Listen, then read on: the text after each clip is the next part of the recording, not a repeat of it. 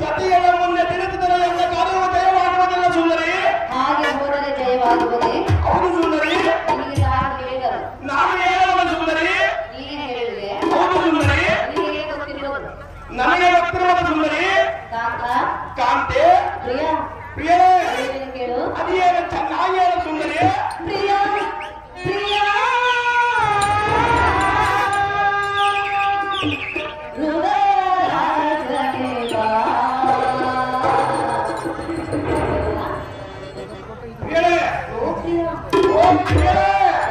ಕೇಳು. ಅದೇನು ಚೆನ್ನಾಗಿ ಹೇಳು ಸುಂದರಿ. ಪ್ರಿಯ ಪ್ರಿಯ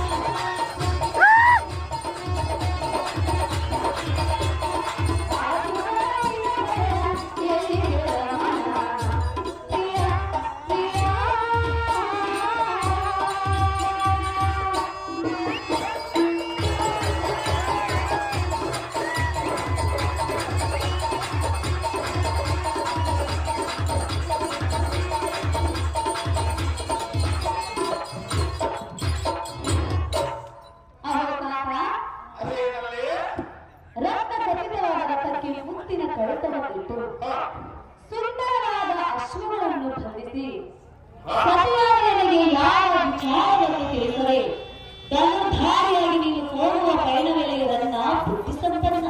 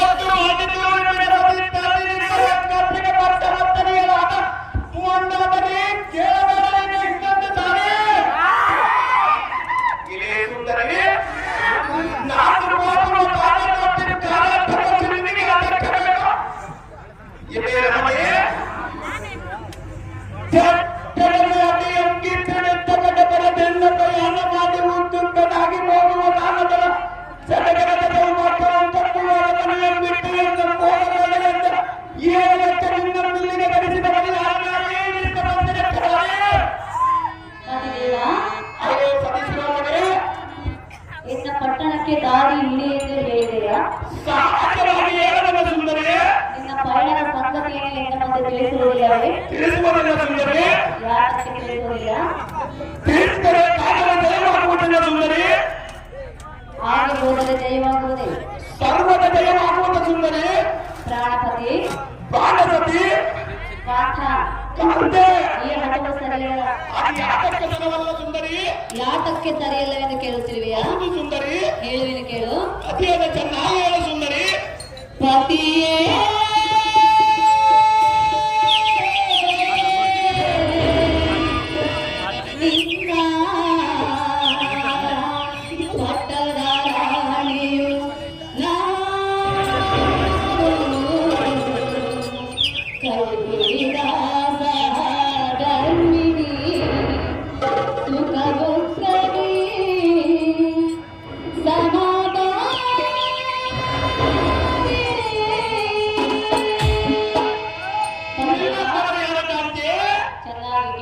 ಅತಿಯಾದ ಚೆನ್ನಾಗಿ ಹೇಳು ಸುಂದರಿ.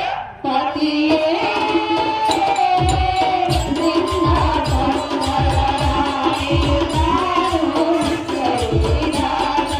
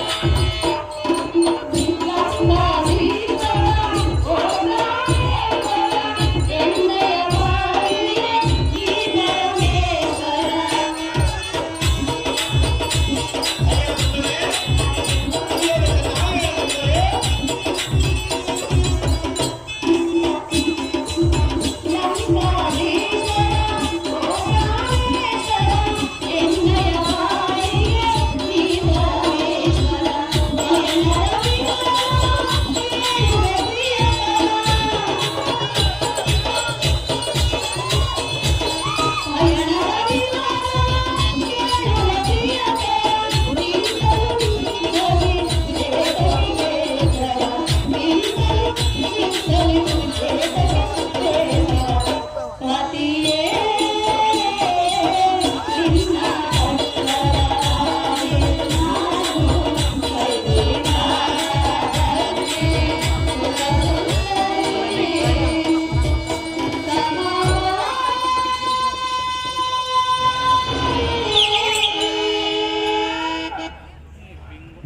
ಲಂಕಾನಗರದ ದೊರೆಯೇ ದಾನವ ತುಳಸಿಕ್ಕೆ ಅಯ್ಯೇ ಪಟ್ಟವರ್ಧನೆ ಕಾಕ ಕಾಂತೆ ಪ್ರಿಯ ಪ್ರಿಯನೇ.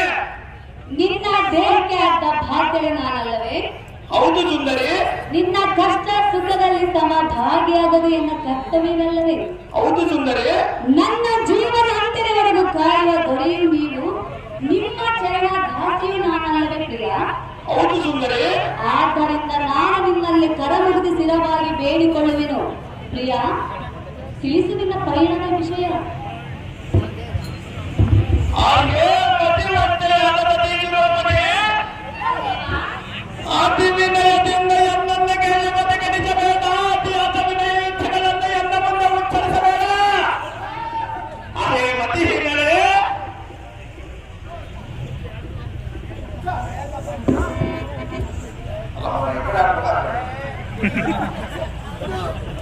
ಪಂಡ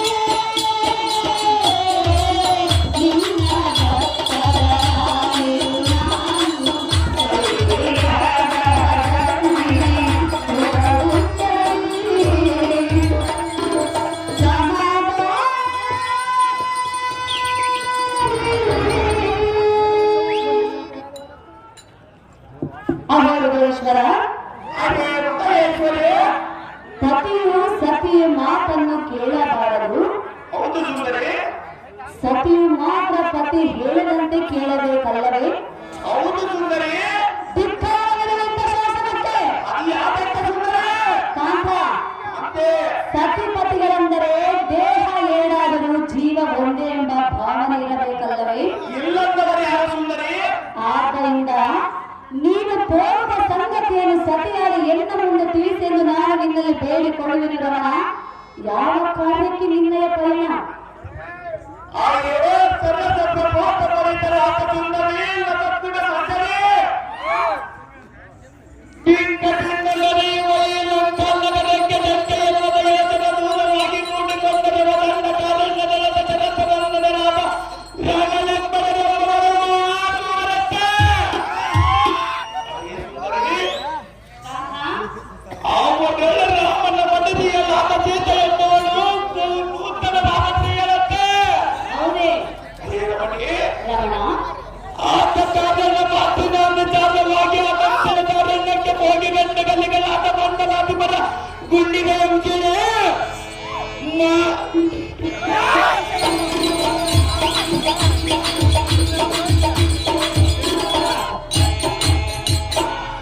ಮಹಾರೂಪವತಿಯಲ್ಲಾದ ಸೀತೆಯನ್ನ ತರುವುದಕ್ಕೆ ಹೋಗುವನ ಕಾಮನೆ ಕರಾಂತ ಕಾಮನೆ.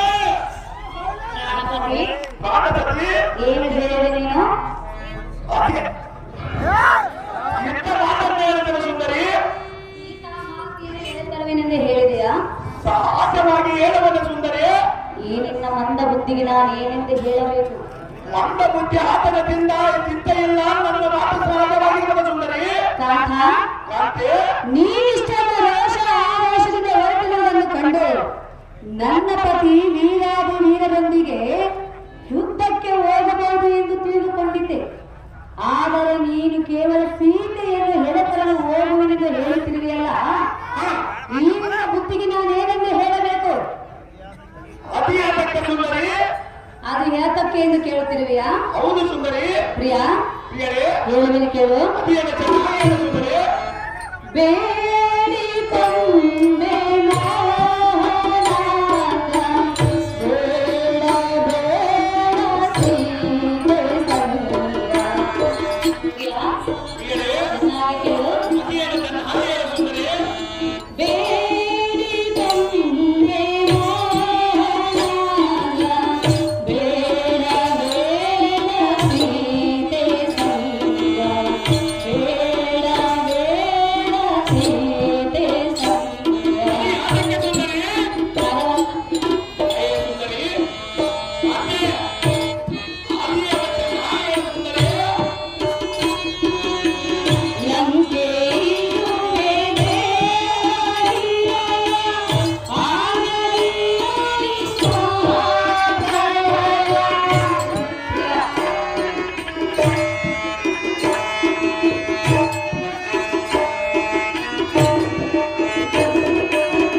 ಲಂಕೆ ಇರುವೆ ದೇವರಿಯ ಆಗಲಿ ಸ್ವಾಧಯ.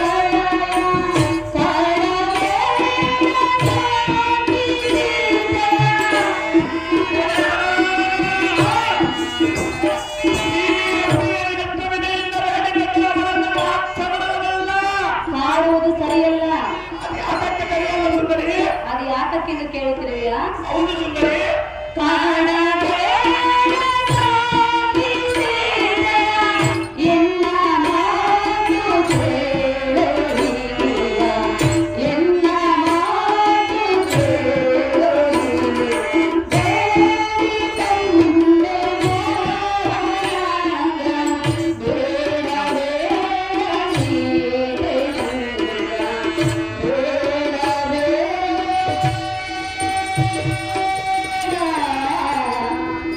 ಸೀತೆ ಸಂಗ. ಲಂಕಾನಗರದ ದೊರೆಯೇ, ಅದೇ ಪಟ್ಟವರ್ಧನೆ, ಧಾನವ ಕುಲಸಿದೆಯೇ? ಅದೇ ಮಂಡೋದರೆ, ಪ್ರಿಯಾ, ಅದೇ ಸುಂದರಿ. ನಿನ್ನ ಮನದಲ್ಲಿ ಇಂಥ ದುರ್ಬುದ್ಧಿಯು ಎತ್ತಲಿಂದ ಮೂಡಿತು. ನಮ್ಮ ಹಣದ ತಿಳುವಳಿಕೆಯ ಅವಮಾನದಿಂದ ಬಂದಿದೆ ಸುಂದರಿ. ಇನ್ನು ಈ ಲಂಕಾ ನಗರಕ್ಕೆ ಉಳಿಗಾಲವೇ ಇಲ್ಲದಂತೆ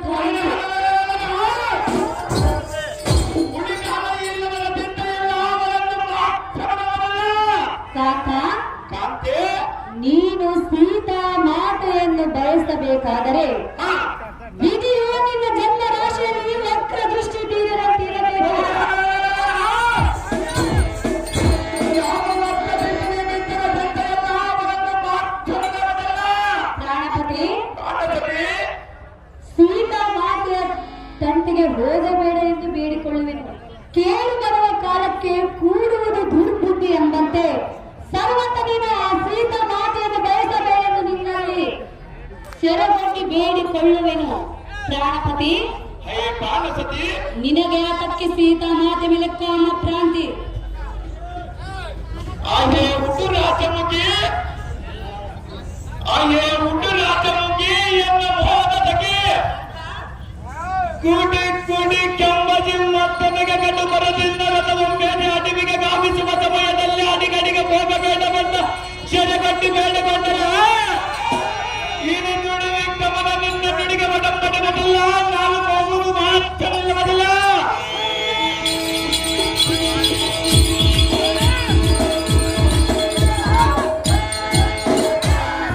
ಹಾಗೆ ಕುಲ್ಲಲೋಚನೆ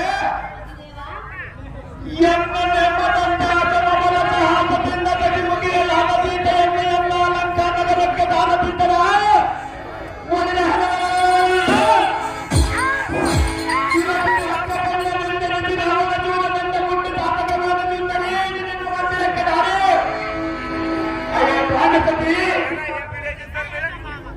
ಸರ್ವತ ಸೀತೆಯನ್ನು ಬಯಸಬೇಡ ಎಂದು ಹೇಳಿದೆ ನಾನು. ಇನ್ನು ಎಷ್ಟು ವಿಧದಿಂದ ಬೇಡಿದರೆ ನಾನು ಅವರನ್ನು ಮಾತನಾಡಲ್ಲ. ಹೇಳುವೆನು ಕೇಳು. ಚೆನ್ನಾಗಿ ಹೇಳುತ್ತಿದ್ದರೆ ಕಾಮದ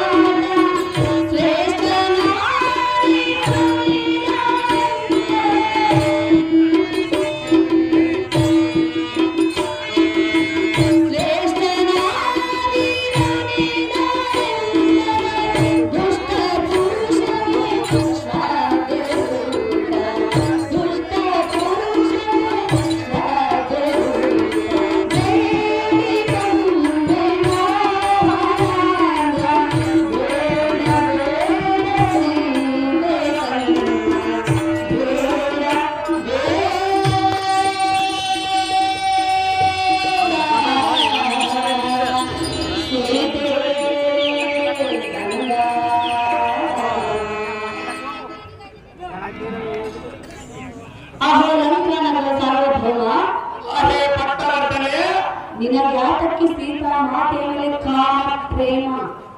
ನಮ್ಮ ತಂಗಿಯ ಅವಮಾನದಿಂದಲೇ ಬಂದಿರದ ಸುಂದರಿ ಕಾಂತಿ, ಕನಸು ಮನಸ್ಸಿನಲ್ಲಿ ಸಹ ಸೀತಾ ಮಾತೆಯನ್ನು ನೀನು ಬಯಸಬಾರದು. ಹೇಗೆಂದು ಹೇಳಿ ಹೋಗಿರಬಹುದು, ಮಹರ್ಷಿಗಳ ನಿನ್ನ ಅಂಗೈಯಲ್ಲಿ ಹಿಡಿದಿಟ್ಟುಕೊಂಡಿರಬಹುದು. ಅಷ್ಟ ದಿಕ್ಪಾಲಕರನ್ನೇ ಮೆಟ್ಟಿಲುಗಳನ್ನು ಮಾಡಿ ನೀನು ಹೇರಿ ಹೋಗಿರಬಹುದು ಕಾಂತ. ಆದರೆ ಸೀತಾ ಮಾತೆಯನ್ನು ಬಯಸುವುದು ಒತ್ತಟ್ಟಿಗಿರಲಿ, ಮುಟ್ಟಿದರೆ ಸಿಟ್ಟು ಬೂದಿಯಾಗಿ ಹೋಗಲೆಂದು ತಿಳಿದು ದಡಕಂಡ ರಾಣ ಸುಮ್ಮನೆ ಕಳೆದುಕೊಳ್ಳಬೇಡ ನಿನ್ನ ಪ್ರಾಣ.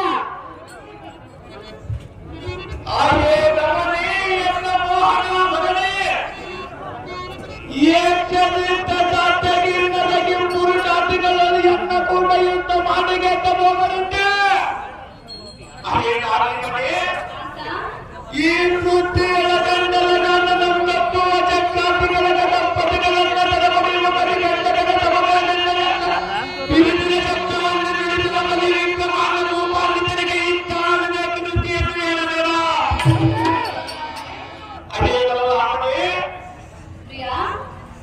ಚಾತುರ್ಯಮತೀತಲಾಟದೀತ ಎಂಬುವನು ಮಹಾಪತಿರದ ಆತನ ಹಾಗನೆ ಆ ದೋಷವಾದಕ ಬಂಧನ ಮನೆಯೇ ನೀನಾರು ಕೇಳುವುದಕ್ಕೆ ನಾರಿ ಮೊದಲ ಕಟಾರಿ ಸುಮ್ಮನೆ ಇಡಿ ಎನ್ನಲು ಸಾಧ್ಯಧಾರಿ.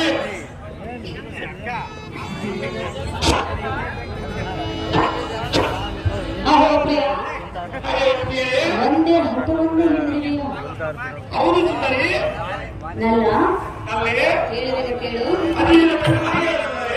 ಭಕ್ತಿ ಶಕ್ತಿಯ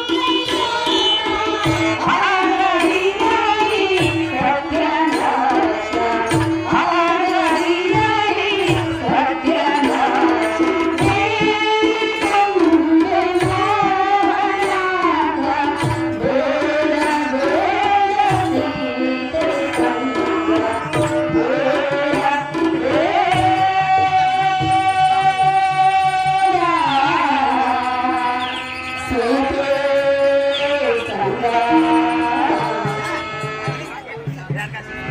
ದಶ ದಿಕ್ಕಿನ ಅಥವಾ ಬಲಗಾಯದ ಬೆಟ್ಟುಗಳಂತಹ ದಶಪಿನಾಥೇಶ್ವರ, ನಿನಗಾತಕ್ಕೆ ಇಷ್ಟೊಂದು ಕೋಪಾತುರ ಪ್ರಿಯ.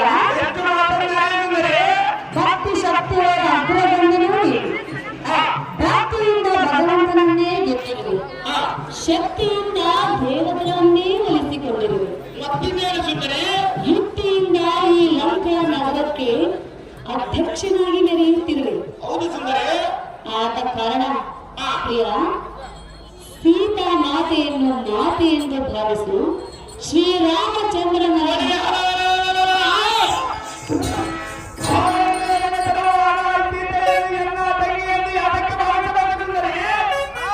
ಶ್ರೀರಾಮಚಂದ್ರನನ್ನು ಮನಸ್ಸಿನಲ್ಲಿ ಪೂಜಿಸು.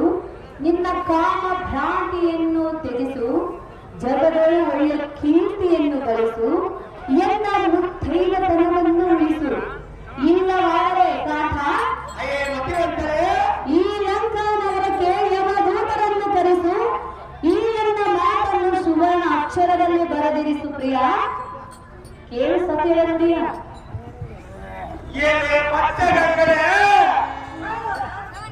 ಅಚ್ಯುತನಾಥನ ನಮ್ಮ ನಾಮವನ್ನು ಇನ್ನೊಂದು ಜಾತಿಯನ್ನ ಮುಂದೆ ಉಚ್ಚರಿಸಿದರೆ ತಂದರೆ ಬಿಟ್ಟಿಲ್ಲ ನಾಮ ನಮ್ಮ ಚನ್ನಮೆಯನ್ನ ಕಡೆಗೆ ನಿಲ್ಲವನ ಮುಲ್ಲಲೋಚನೆ ಮತ್ತೆ ನಾಟಕ ಆಗುತ್ತದೆ. ಸಾರಥಿ ಈ ಮಂಡೋದರಿಯನ್ನು ಆತನ ನೋಡಿ ಬಿಡವನ ಮತ್ತೊಂದು ಸಾರಿ ಪ್ರತಿನಿಧಿಗಳನ್ನು